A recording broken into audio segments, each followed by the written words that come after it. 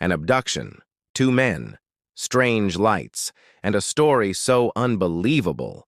The media couldn't look away. Within weeks, the case exploded nationwide. And more than that, it became the perfect fuel for a fringe theory to take on a life of its own. What happens when the news doesn't just report a story, but creates a legend? You're about to find out.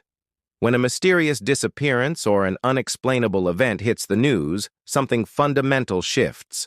It's no longer just a case file or a police report. It becomes a public spectacle. The media, hungry for ratings and engagement, instinctively zeroes in on the weirdest, most baffling details. They highlight the inconsistencies, the strange testimonies, the elements that defy easy explanation. And the public? We eat it up. We respond with theories, discussions, and debates. The wilder the theory, the more attention it gets. The more attention it gets, the more the media covers it. It's a feedback loop, a powerful cycle where a strange event is amplified into a cultural phenomenon. The media isn't just a mirror reflecting reality, it's a magnifying glass. It selects what to focus on, and that focus shapes public perception. A minor detail can become the central clue. A speculative comment can become a leading theory. In this environment, fringe ideas don't just survive, they thrive. They get airtime, they get clicks, they get debated on national television. The story morphs from a local incident into a national obsession. And the original facts? They can get lost in the noise, buried under layers of speculation and entertainment. The line between reporting a story and creating one becomes incredibly thin, and there's no better example of this than a strange night in Mississippi. Let's go back to October 1973 in Pascagoula, Mississippi.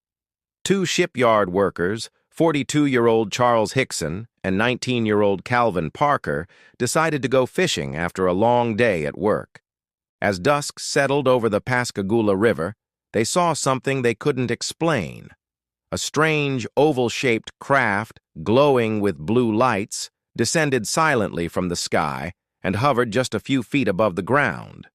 A door opened. According to their account, three strange, wrinkly-skinned beings emerged. Hickson and Parker were paralyzed, unable to move. The beings floated them aboard the craft. Inside, they were subjected to a bizarre examination. They described being scanned by a device that looked like a large mechanical eye. They felt no pain, but the experience was terrifying and deeply confusing. After what felt like about 20 minutes, they were floated back out of the craft and left on the riverbank. The craft then shot up into the sky and disappeared. Shaken and terrified, Hickson and Parker sat in their car for nearly an hour, trying to process what had just happened. Should they tell someone? Who would even believe them? Hickson, the older of the two, finally decided they had to report it. They drove to the local sheriff's office. The deputies on duty were stunned. These weren't troublemakers. They were two ordinary, hard-working men who were visibly distressed and genuinely terrified. To test their story, the police left them alone in an interrogation room with a hidden tape recorder, thinking if it was a hoax, they'd drop the act. But the secret recording captured something else entirely. The two men, still panicked, trying to make sense of their traumatic experience. Parker was so overwhelmed, he began to pray. This recording convinced the police that, whether real or not, these men truly believed what they were saying. The story was just too strange to keep under wraps. It leaked. And that's when it went nuclear. A local reporter got the scoop, and from there, it was like lighting a fuse. The story was picked up by wire services and spread like wildfire. Within days, Pascagoula was swarming with reporters, investigators, and UFO enthusiasts from all over the country. Hickson and Parker were thrust into the national spotlight. They gave interviews on major news programs, their faces plastered on newspapers and magazines. TV specials were produced, dissecting every single detail of their account. The Pascagoula incident was no longer just a local police report, it was a media frenzy.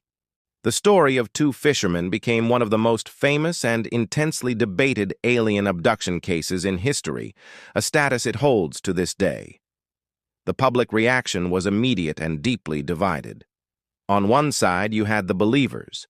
For them, this was it, the smoking gun. Two credible, ordinary men with a consistent story, backed by their genuine terror. This was seen as undeniable proof of extraterrestrial contact, a watershed moment. They clung to every detail, analyzing the hidden police tape and Hickson's steady demeanor in interviews as signs of authenticity. On the other side, you had the skeptics. They called it a hoax, a cry for attention, or maybe a shared delusion brought on by stress or some other logical explanation. They pointed to the lack of physical evidence, the high-stress nature of the men's jobs, and the simple fact that the story was, well, unbelievable. But the media wasn't interested in settling the debate. It was interested in fueling it. The controversy was the story. Journalists poured gasoline on the fire. Hickson and Parker were subjected to lie detector tests and hypnosis sessions, with the results endlessly debated on air. There were TV reenactments, complete with dramatic music and actors portraying the strange beings. Books were written, with Hickson himself co-authoring one to tell his side of the story. Eventually, a movie was even made, cementing the incident in the Pop Culture Hall of Fame. Through this relentless media cycle, the event transformed. It was no longer just the testimony of two men. It became a modern American legend. And like all legends, it began to evolve.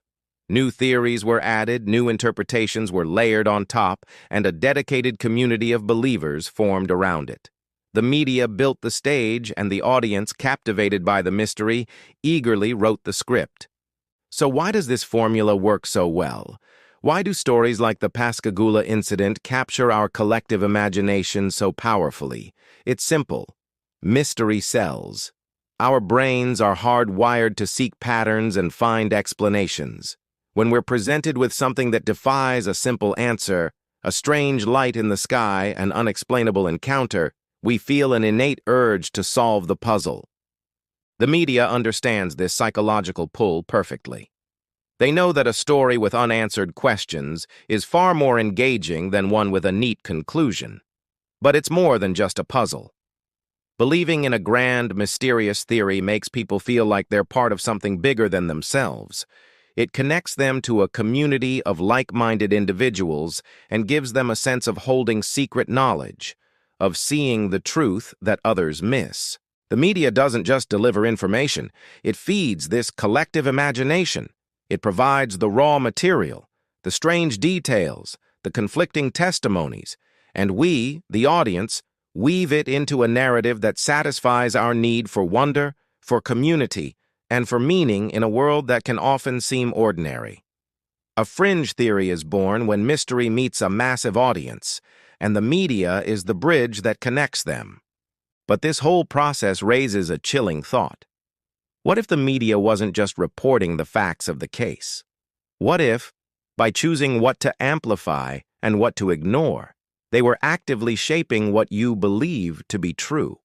The constant coverage, the dramatic reenactments, the endless debate, it all creates a version of reality.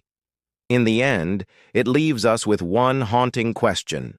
Did Hickson and Parker really see something extraordinary that night on the river? Or did they just become the stars of a story the entire world desperately wanted to hear? Thanks for watching.